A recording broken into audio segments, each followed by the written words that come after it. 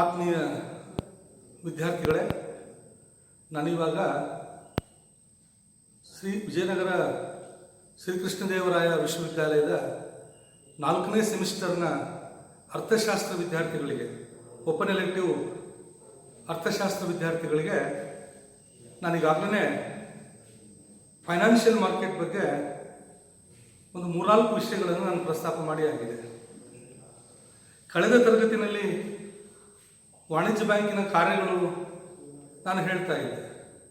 ಈಗ ಮತ್ತೊಂದು ಪ್ರಮುಖವಾದಂತಹ ಅಂಶ ಅಂತಂದರೆ, ವಿಷಯ ಅಂತಂದರೆ ಕೇಂದ್ರ ಬ್ಯಾಂಕಿನ ಕಾರ್ಯಗಳು ಅನ್ನುವಂಥದ್ದನ್ನು ಈ ಭಾಗದಲ್ಲಿ ನಾನು ಪ್ರಸ್ತಾಪ ಮಾಡ್ತೇನೆ. Central bank. The central bank is N institution of the monetary and banking structure of the country.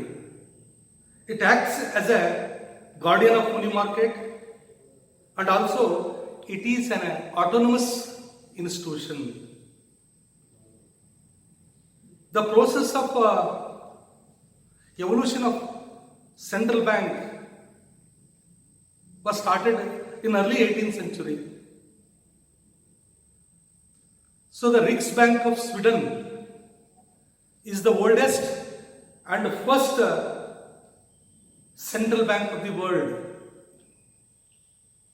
Central bank in the world.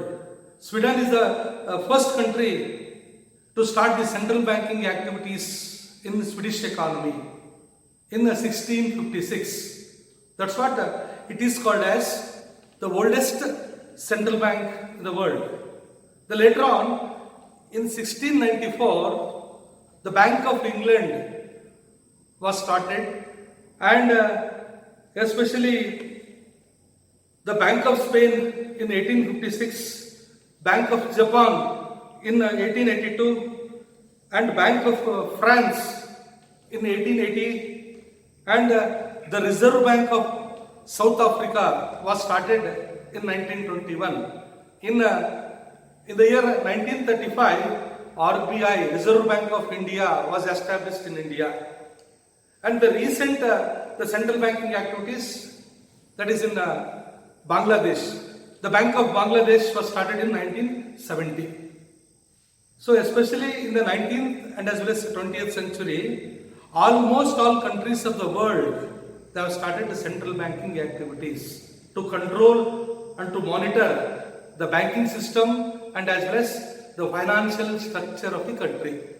So the central banks are played a very significant role in the financial market, the monitoring of the financial market, and the control of banking structure in an economy. So it is a brief introduction to the central banking activities in India and also the various countries of the world. Now we shall directly switch over the Reserve Bank of India. ಕೇಂದ್ರ ಬ್ಯಾಂಕಿನ ಕಾರ್ಯಾಚರಣೆ ಅಂತ ಹೇಳ್ತೇವೆ. ನಾನು ಭಾರತೀಯ reserve ಬ್ಯಾಂಕಿನ ಕಾರ್ಯಗಳನ್ನು ಹೇಳೋದಕ್ಕಿಂತ ಪೂರ್ವವಾಗಿ ಜಾಗತಿಕ ಮಟ್ಟದಲ್ಲಿ ಕೇಂದ್ರ ಬ್ಯಾಂಕಿನ ಕಾರ್ಯಾಚರಣೆ ಯಾವಾಗ ಪ್ರಾರಂಭ ಆಯಿತು ಅನ್ನುವಂಥದ್ದನ್ನ ಸ್ವಲ್ಪ ಸಂಕ್ಷಿಪ್ತವಾಗಿ ತಮ್ಮ ಗಮನಕ್ಕೆ ತರಲಿಕ್ಕೆ ಬಯಸ್ತೇನೆ. ಕೇಂದ್ರ ಬ್ಯಾಂಕು ಅಂತಕ್ಕಂಥದ್ದು ಯಾವುದೇ ಒಂದು ಅರ್ಥವ್ಯವಸ್ಥೆಯ ಬ್ಯಾಂಕಿಂಗ್ ಮತ್ತು ಹಣಕಾಸು ರಚನೆಯನ್ನ ನಿರ್ವಹಣೆ ಮಾಡುವಂತಹ, ನಿಯಂತ್ರಣ ಮಾಡುವಂತಹ ಕೆಲಸವನ್ನ ಕೇಂದ್ರ ಬ್ಯಾಂಕು ಅಂತಕ್ಕಂಥದ್ದು ಮಾಡ್ತದೆ. ಮತ್ತು ಆ ದೇಶದ ಕೇಂದ್ರ ಬ್ಯಾಂಕು ಅಂತಕ್ಕಂಥದ್ದು ಆ ದೇಶದ ಹಣದ ಮಾರುಕಟ್ಟೆಯ ಪಾಲಕನಾಗಿ ಕೆಲಸ ಮಾಡ್ತದೆ ಮತ್ತು ಇದೊಂದು ಸ್ವಾಯತ್ತ ಸಂಸ್ಥೆಯಾಗಿರ್ತದೆ. ಈ ಒಂದು ಕೇಂದ್ರ ಬ್ಯಾಂಕು ಜಾಗತಿಕ ಮಟ್ಟದಲ್ಲಿ ಪ್ರಪಂಚದ ಎಲ್ಲ ರಾಷ್ಟ್ರಗಳಲ್ಲಿ ಕೇಂದ್ರ ಬ್ಯಾಂಕು ಪ್ರಾರಂಭ ಆಗ್ತಕ್ಕಂಥದ್ದು, ಕೇಂದ್ರ ಬ್ಯಾಂಕಿನ ಕಾರ್ಯಾಚರಣೆ ಅಂತಕ್ಕಂಥದ್ದು ಇತ್ತೀಚಿನ ವರ್ಷಗಳಲ್ಲಿ. ಆದರೆ ಜಾಗತಿಕ ಮಟ್ಟದಲ್ಲಿ ಜಗತ್ತಿನಲ್ಲಿ ಅತ್ಯಂತ ಹಳೆಯ ಮತ್ತು ಮೊಟ್ಟ ಮೊದಲ ಕೇಂದ್ರ ಬ್ಯಾಂಕಿನ ಕಾರ್ಯಾಚರಣೆ ಅಂತಕ್ಕಂಥದ್ದು ಸ್ವೀಡನ್ ಅರ್ಥವ್ಯವಸ್ಥೆಯಲ್ಲಿ ಪ್ರಾರಂಭ ಆಗ್ತದೆ. 1656ರಲ್ಲಿ the Riksbank of Sweden ಅಂತಕ್ಕಂತಹ ಒಂದು ಬ್ಯಾಂಕು ಸ್ವೀಡನ್ನಿನ ಕೇಂದ್ರ ಬ್ಯಾಂಕ್ ಆಗಿ ಕಾರ್ಯ ಪ್ರಾರಂಭ ಮಾಡುತ್ತದೆ. ಹಾಗಾಗಿ ರಿಕ್ಸ್ ಬ್ಯಾಂಕ್ ಆಫ್ ಸ್ವೀಡನ್ ಅನ್ನ ಜಗತ್ತಿನ ಮೊಟ್ಟ ಮೊದಲ ಮತ್ತು ಅತ್ಯಂತ ಹಳೆಯ ಕೇಂದ್ರ ಬ್ಯಾಂಕು ಅಂತ ಹೇಳ್ತಾರೆ. ಅದಾದ ಬಳಿಕ 1694ರಲ್ಲಿ ಬ್ಯಾಂಕ್ ಆಫ್ ಇಂಗ್ಲೆಂಡ್ ಪ್ರಾರಂಭ ಆಗ್ತದೆ. ಆನಂತರ 1856ರಲ್ಲಿ ಯಾವುದು ಸ್ಪೇನ್ನಲ್ಲಿ ಕೇಂದ್ರ ಬ್ಯಾಂಕ್ ಪ್ರಾರಂಭ ಆಗ್ತದೆ. 1882ರಲ್ಲಿ ಬ್ಯಾಂಕ್ ಆಫ್ ಜಪಾನ್ ಪ್ರಾರಂಭ ಆಗ್ತದೆ. ಆನಂತರ ಬ್ಯಾಂಕ್ ಆಫ್ ಫ್ರಾನ್ಸ್ ಅನ್ನುವಂಥದ್ದು 1880ರಲ್ಲಿ ಪ್ರಾರಂಭ ಆಗ್ತದೆ. Reserve bank of south Africa ಅನ್ನುವಂಥದ್ದು 1921ರಲ್ಲಿ ಪ್ರಾರಂಭ ಆಗ್ತದೆ. ಹಾಗೆಯೇ ಭಾರತದಲ್ಲೂ ಕೂಡ ಕೇಂದ್ರ ಬ್ಯಾಂಕಿನ ಕಾರ್ಯಾಚರಣೆ ಅಂತಕ್ಕಂಥದ್ದು 1935ರಲ್ಲಿ ಪ್ರಾರಂಭ ಆಗ್ತದೆ. ಅದನ್ನು ನಾವು ಭಾರತೀಯ ರಿಸರ್ವ್ ಬ್ಯಾಂಕ್ ಅಂತ ಹೇಳ್ತೇವೆ. ಇತ್ತೀಚಿನ ವರ್ಷಗಳಲ್ಲಿ ಅಂದ್ರೆ 1970ರ ದಶಕದಲ್ಲಿ ಬ್ಯಾಂಕ್ ಆಫ್ ಬಾಂಗ್ಲಾದೇಶ್ ಸ್ಟಾರ್ಟ್ ಆಗ್ತದೆ. ಇವೆಲ್ಲವೂ ಕೂಡ ಪ್ರಪಂಚದ ವಿವಿಧ ರಾಷ್ಟ್ರಗಳಲ್ಲಿ ಕೇಂದ್ರ ಬ್ಯಾಂಕಿನ ಕಾರ್ಯಾಚರಣೆ ಅಂತಕ್ಕಂಥದ್ದು ಪ್ರಾರಂಭ ಆಗ್ತದೆ. ಸ್ವಲ್ಪ ಹೆಚ್ಚು ಕಡಿಮೆ 19 ಮತ್ತು 20ನೇ ಶತಮಾನದೊಳಗೆ ಪ್ರಪಂಚದ ಎಲ್ಲ ರಾಷ್ಟ್ರಗಳಲ್ಲೂ ಕೂಡ ಕೇಂದ್ರ ಬ್ಯಾಂಕಿನ ಕಾರ್ಯಾಚರಣೆ ಅಂತಕ್ಕಂಥದ್ದು ಇದೆ. ಕೇಂದ್ರ ಬ್ಯಾಂಕು ಅಂತಕ್ಕಂಥದ್ದು ಆ ರಾಷ್ಟ್ರದ ಹಣಕಾಸಿನ ವಿಷಯಗಳನ್ನ ಮತ್ತು ಆ ರಾಷ್ಟ್ರದ ಬ್ಯಾಂಕಿಂಗ್ ರಚನೆಯನ್ನ ನಿಯಂತ್ರಿಸತಕ್ಕಂತಹ ಮತ್ತು ಮೇಲ್ವಿಚಾರಣೆ ಮಾಡುವಂತಹ ಕೆಲಸವನ್ನ ಆ ದೇಶದ ಕೇಂದ್ರ ಬ್ಯಾಂಕ್ಗಳು ಮಾಡ್ತವೆ. ಸೊ ಇದಿಷ್ಟು ಜಾಗತಿಕ ಮಟ್ಟದಲ್ಲಾದಂತಹ ಕೇಂದ್ರ ಬ್ಯಾಂಕಿನ ಕಾರ್ಯಾಚರಣೆಯ ಬಗ್ಗೆ ಇರುವಂತಹ ಒಂದು ಸಂಕ್ಷಿಪ್ತವಾದಂತಹ ಮಾಹಿತಿ.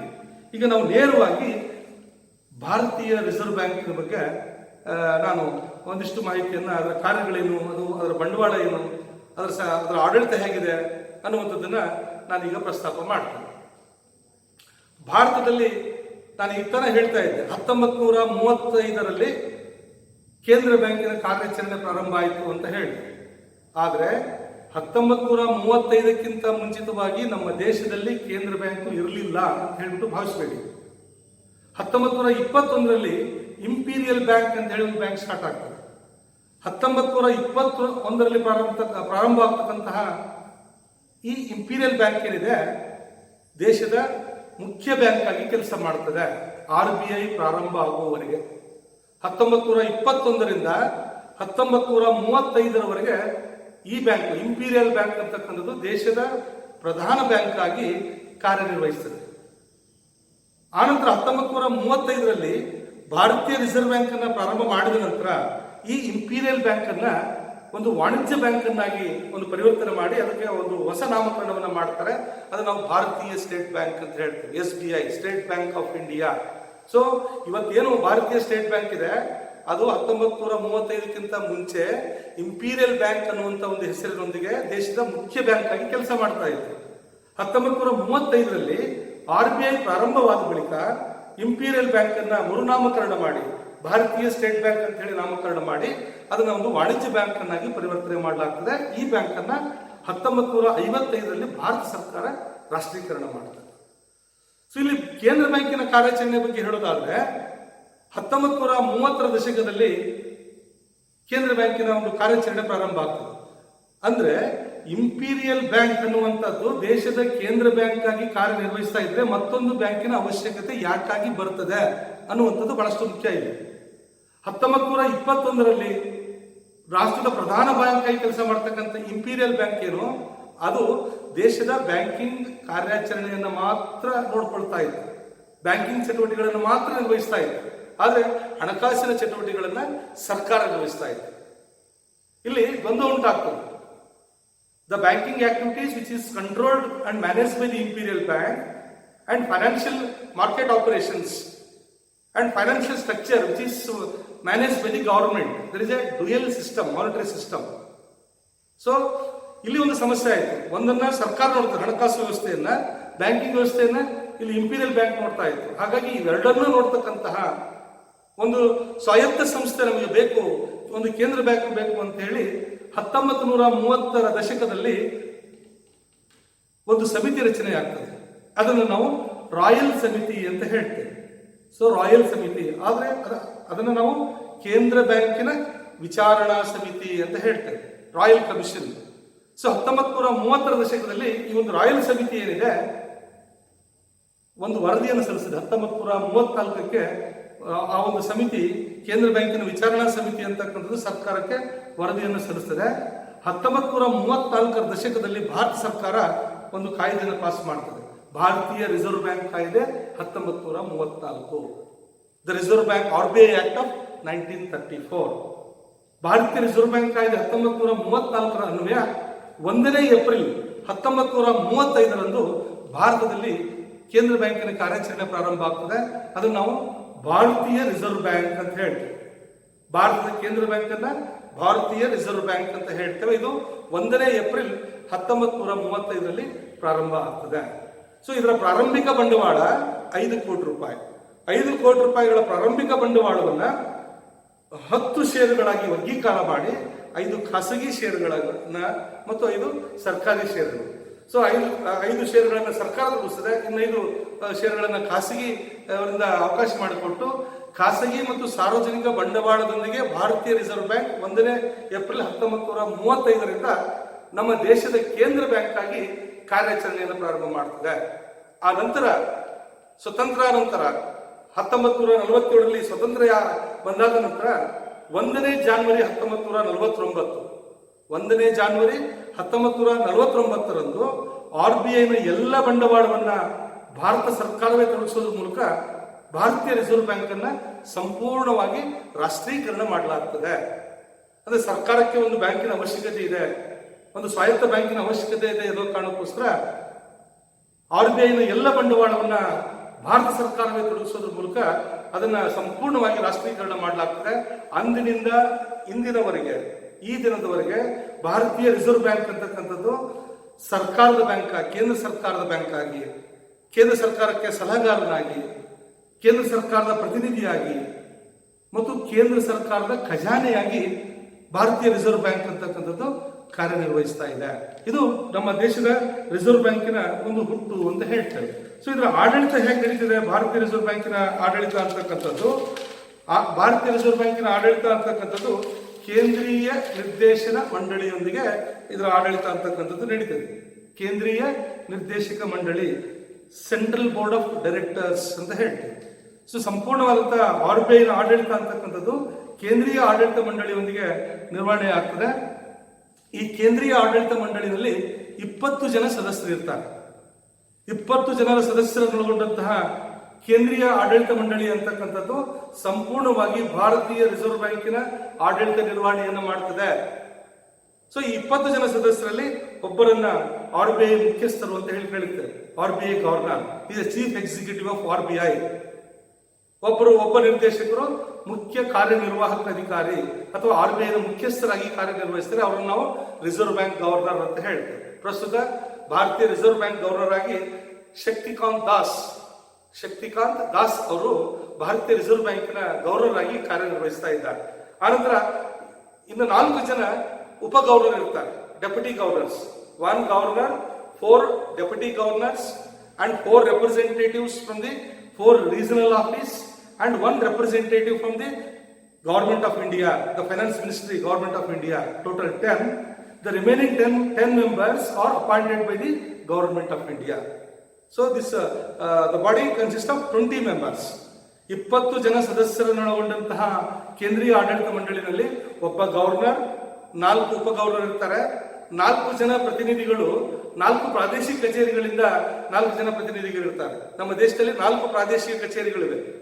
ದೆಹಲಿ, ಮುಂಬೈ, ಕೋಲ್ಕತ್ತಾ ಮತ್ತು ಚೆನ್ನೈನಲ್ಲಿ RBIನ 4 ಪ್ರಾದೇಶಿಕ ಕಚೇರಿಗಳಿವೆ. ಆ 4 ಪ್ರಾದೇಶಿಕ ಕಚೇರಿಗಳಿಂದ 4 ಸದಸ್ಯರು, 4 ಉಪ ಗವರ್ನರ್ಗಳು, ಒಬ್ಬ ಗವರ್ನರ್ ಮತ್ತು ಒಬ್ಬ ಪ್ರತಿನಿಧಿ, ಕೇಂದ್ರ ಹಣಕಾಸು ಸಚಿವಾಲಯದಿಂದ ಒಬ್ಬ ಪ್ರತಿನಿಧಿ RBIನ ನಿರ್ದೇಶಕ ಮಂಡಳಿಯಲ್ಲಿ ಇರ್ತಾನೆ.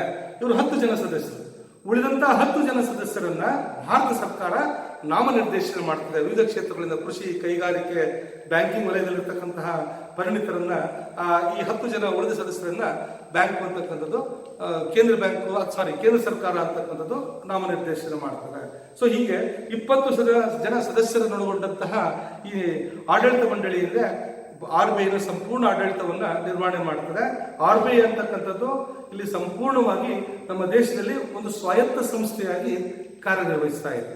ಸೊ ಇಂತಹ ಭಾರತೀಯ ರಿಸರ್ವ್ ಬ್ಯಾಂಕ್ 3 ಪ್ರಮುಖವಾದಂತಹ ಕಾರ್ಯಗಳನ್ನು ಮಾಡ್ತದೆ. ಒಂದು ಸಾಂಪ್ರದಾಯಿಕ ಕಾರ್ಯಗಳು, 2ನೇದು ಅಭಿವೃದ್ಧಿ ಕಾರ್ಯಗಳು, 3ನೇದು ಇತರ ಕಾರ್ಯಗಳು.